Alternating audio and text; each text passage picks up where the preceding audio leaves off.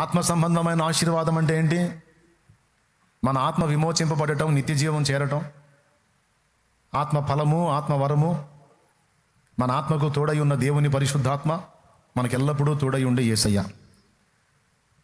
ఇక ఆత్మ సంబంధమైన ఆశీర్వాదాలు ఒక పెద్ద లిస్టు. ఆత్మయే జీవింపచేయుచున్నదే కానీ శరీరము కేవలము నిష్ప్రయోజనం. నిద్రమోహమా? ఒక మాట చెబుతా, నీ ఆత్మకు కావాల్సిన ఆశీర్వాదాలు దేవుడు ఇచ్చినప్పుడు ప్రస్తుతం ఆ ఆత్మ ఎందులో ఉంది? శరీరంలోనేగా ఉంది.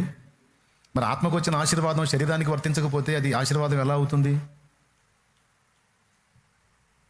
దేవుని పని ఎప్పుడూ అంతే, లోపల నుంచి మొదలు పెడతాడు పని.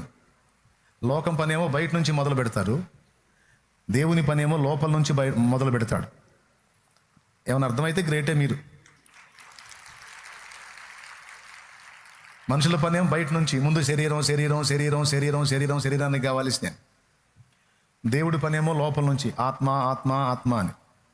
అతి పరిశుద్ధ స్థలం ఆత్మ, పరిశుద్ధ స్థలం ప్రాణం, ఆవరణం శరీరం. మహిమ ఎక్కడ? ప్రసన్నత మహిమ ఎక్కడ ఉంటుంది? ఆవరణలోనా? అతి పరిశుద్ధ స్థలములో. అక్కడి నుంచి మహిమ బయలుదేరి అతి పరిశుద్ధ స్థలాన్ని దాటి ఆవరణలోకి వస్తుంది. కాబట్టి ఆత్మ సంబంధంగా దీవించబడ్డవాడే నిజంగా దీవించబడినవాడు. భౌతికంగా దీవించబడ్డ వాళ్ళందరూ కూడా ఇప్పుడు వాళ్ళ ఆత్మలు అగ్నిగుండంలో ఉన్నాయి. చాలామంది వాళ్ళు అన్నీ కలిగి ఉన్నట్టే ఉన్నారు, కానీ వాళ్ళ హృదయాల్లో శాంతి లేదు, మనసులో సమాధానం లేదు, వాళ్ళ ఆత్మ రక్షణను కూర్చున్న నిరీక్షణ వాళ్ళకి లేదు. ఎంతమంది ఒప్పుకుంటారు? ఉందా? లోకస్తులకి నిజమైన సంతోషం ఉందా? అధికారాలు బట్టి ఉందా? ధనాన్ని బట్టి? మరి క్రీస్తునందు ఆత్మ సంబంధమైన ఆశీర్వాదం పొందినోడికి క్రీస్తునందు సమస్తము ఉన్నాయి. ఆ సమస్తంలో ఆత్మకు రక్షణ, ప్రాణమునకు నెమ్మది, శరీరమునకు ఆరోగ్యం, కావలసిన అవసరతలకు సమాధానం. శరీరాన్ని 3వ స్థానంలో ఉంచమని చెప్తున్నాడు దేవుడు. అది పాయింట్. ఆత్మను ప్రథమ స్థానంలో, ప్రాణము 2వ స్థానం, శరీరం 3వ స్థానం. సైతాన్ గడు అంత రివర్స్ తిప్పాడు. శరీరం 1వ స్థానం, ప్రాణం 2వ స్థానం, ఆత్మ 3వ స్థానం అని. ఇదంతా రివర్స్ వ్యవహారం. దేవునికి స్తోత్రం. అంటే తల్ల క్రిందుల వ్యవహారం అన్నమాట. దాన్నే తిరగేస్తున్నాడు ఇప్పుడు యేసయ్య. అరే మొట్టమొదటి నుంచి అటు నుంచి రావాలిరా బాబు. అర్థమైందా? అన్నిటికీ మూలం ఆత్మ అయితే, ఆత్మ ముందు కరెక్ట్ అయితే అన్నీ బాగుంటాయి నానా అని. స్తోత్రం. 7 గుర్రాలు వెళ్తున్నాయి. రథ సారథి 7 గుర్రాల పగ్గాలు చేత పట్టుకొని ఒక దగ్గర కూర్చున్నాడు. సారథికి మైండ్ సరిగా పని చేయలేదనుకో, ఈయనక చెప్పేది, సారథికి మైండ్ సరిగా పని చేయలేదనుకో, గుర్రాలు పద్ధతిగా పోతాయా? గుర్రాలు తిక్కల అయినా, పిచ్చి అయినా, గుడ్డి అయినా, మంచి అయినా, సారథి లైన్లో అక్కడ కరెక్ట్గా ఉన్నాడు అనుకో, ఏదన్నా ముందుకు పోతే దాన్ని పక్కన పడి అని లాగుతాడు, ఏదన్నా పక్కకు లాగితే దాన్ని ఇట్లా లాగుతాడు. సారథి ఒక్కడు కరెక్ట్గా ఉంటే గుర్రాలన్నీ కూడా రోడ్డు మీద పరిగెత్తుతాయి. మన ప్రాణాత్మ దేహములకు సారథి ఆత్మ. అందుకే యేసయ్య ఆయన దగ్గరికి వచ్చిన రోగుల్ని స్వస్థపరిచేటప్పుడు ఫస్ట్ అనే డైలాగ్ ఏంటో తెలుసా? కుమారుడా, నీ పాపములు క్షమింపబడి ఉన్నవి అని ముందు పాపం దగ్గర నుంచి వస్తాడు. హోమియో తత్వశాస్త్రంలో రోగాలని, ప్రధానమైన రోగాలు, మాతృ రోగాలుగా ఒక 3 రోగాల్ని విభజించారు. ఈ 3 అనేది వైద్య శాస్త్రంలో చాలా కీలకత్వాన్ని పొందింది. ఆయుర్వేదంలో కూడా నాడీ చికిత్సలో 3 నాడులు. అర్థమైందా? హోమియో తత్వశాస్త్రంలో మాతృ రోగాలు 3. మాతృ రోగాలు అంటే తల్లి రోగాలు. అది సోరా, సిఫిలిసు, సైకోసిసు. అవి 3 మాతృ రోగాలు అన్నమాట. ఒక్కొక్క మాతృ రోగాన్ని బట్టి మనిషి శరీరంలో ఒక్కొక్క లక్షణం ఒక్కోసారి వ్యక్తం అవుతుంటుంది. మానసిక రుగ్మతలు, పర్సనల్ బలహీనతలు, జనరల్గా అందరికీ వచ్చే బలహీనతలు. అర్థమైందా? మనిషి ప్రతి శరీరంలో కూడా అసలు ఏ రోగము లేని శరీరం ఒక్కటి కూడా లేదంట. హోమియో తత్వశాస్త్రం చెప్పింది. ఒకళ్ళలో సిఫిలిస్ ఉంటే, ఒకళ్ళలో సైకోసిస్ ఉంటే, ఒకళ్ళలో సోరా. సిఫిలిసు, సైకోసిస్ అనే 2 తక్కువగా ఉన్న, సోరా అనేది మాత్రం దాదాపు అందరికీ ఉంటుందంట.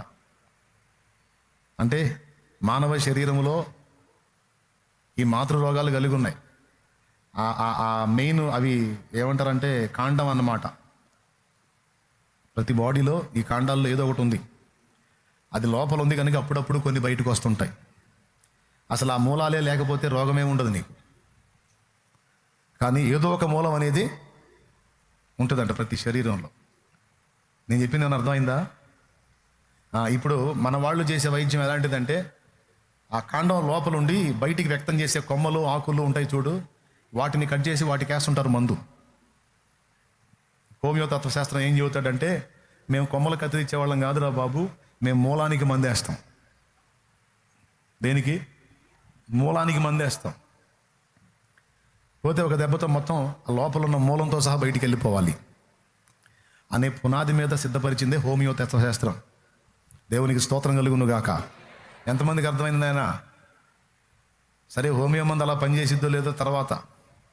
ఓకే, డాక్టర్ శామ్యూల్ హానిమన్ అనే ఆయన తన ఓన్ బాడీ మీద ప్రయోగం చేసుకొని దాదాపు 100 రకాల హోమియో మందులు కనుగొన్నాడు.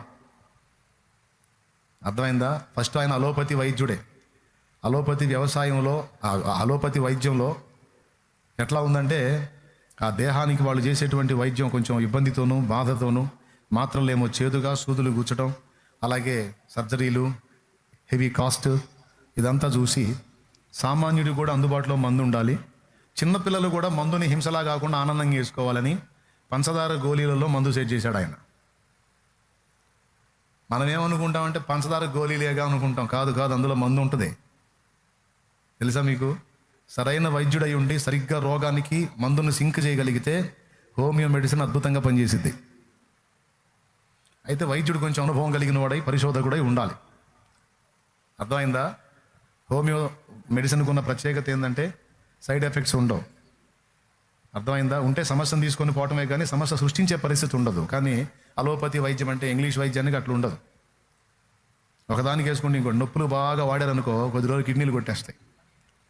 అదేందన్నయ్య, మాత్ర వేసుకోగానే నొప్పులు ఎటు పోతాయ్యా అని రోజు 2 వేసుకుంటుంటారు. బాగా రోజుకి 2 ఒకసారి కిడ్నీలు వెళ్ళిపోయేదానికి పోద్ది. పెయిన్ కిల్లర్స్ ఎక్కువ వాడకూడదు, కానీ అలా బానిస అయిపోతారు. దానికి జాగ్రత్త. సరేలే, ఇప్పుడు వైద్యం గొడవ కాదు, మన బోల్డ్ అంత మ్యాటర్ ఉంది. బయటకు వద్దాం. మూలాల్లోకి వెళ్ళి బయటికి తీసుకొచ్చే ప్రక్రియ మా వైద్యంలో ఉందని వాళ్ళు చెప్పారు. సరిగ్గా చేస్తే నిజంగానే అట్లా పనిచేసే అవకాశాలు చాలా చూశాను నేను. యేసు ప్రభు చేసే కార్యం కానీ, దేవుడిచ్చే బ్లెస్సింగ్స్ కానీ ఫస్ట్ ఆత్మ సంబంధంగానే ఉంటాయంటే మూలం నుంచి స్టార్ట్ చేస్తాడు. అర్థమైందా?